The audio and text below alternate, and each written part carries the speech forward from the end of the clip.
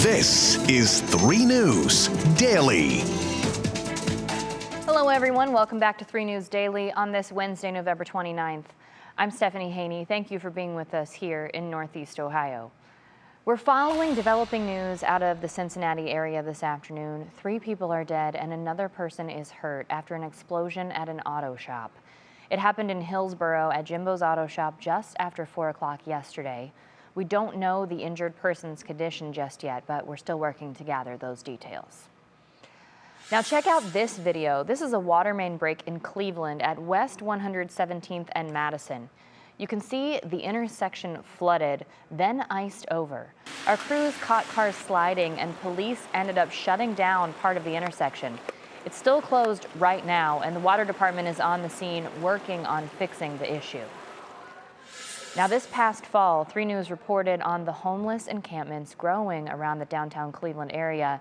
This morning, many are still out in the bitter cold as shelters struggle to find space for everyone who needs it. Bree Buckley has more. Bitter cold and lake effect snow hitting our homeless community hard here in Cleveland. In recent months, we've seen more encampments around downtown, but officials with Lutheran Metropolitan Ministry say numbers at the men's shelter on 2100 Lakeside have remained steady, housing about 300 men each night this week. Actually less now than before the pandemic, I'm told. They say affordable housing and a livable minimum wage play a huge factor. Advocates say though snow and cold can be even more difficult for unsheltered homeless community members, it's a year-long problem.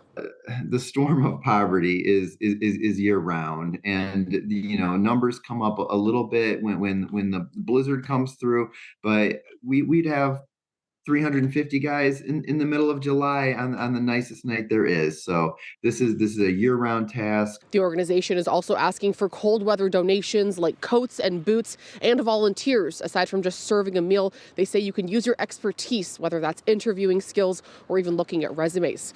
Reporting in Cleveland, Bree Buckley, 3 News.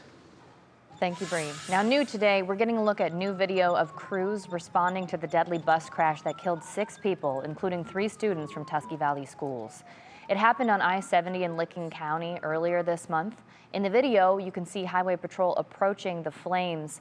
A newly released report from the Ohio Department of Public Safety says a semi was following a car too closely and couldn't slow down in time before hitting that car, pushing it into the charter bus. The crash remains under investigation. Now, just hours ago, the family of 23-year-old Michelle Arnold held a news conference about her disappearance. Michelle has been missing since October 26 and was last seen in Warrensville Heights. Her family is hoping to bring attention to the case and bring her home.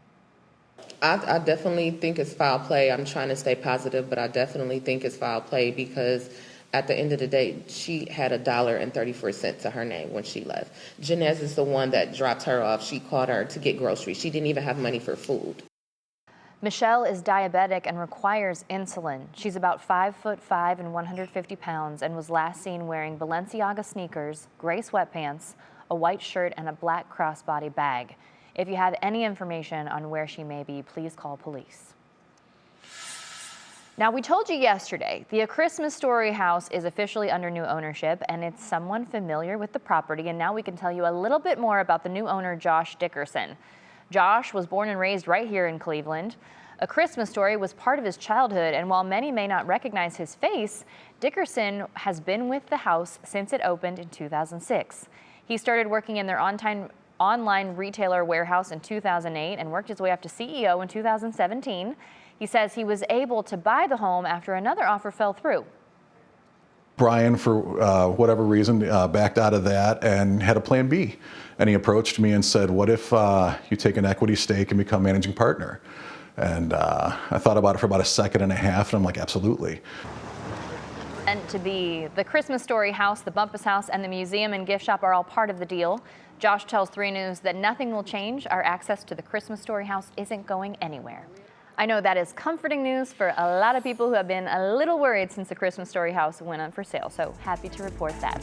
All right, thanks for being with us for today's edition of 3 News Daily. Wherever you're watching or listening, we appreciate you. We'll see you back here tomorrow with more of your top stories from Northeast Ohio.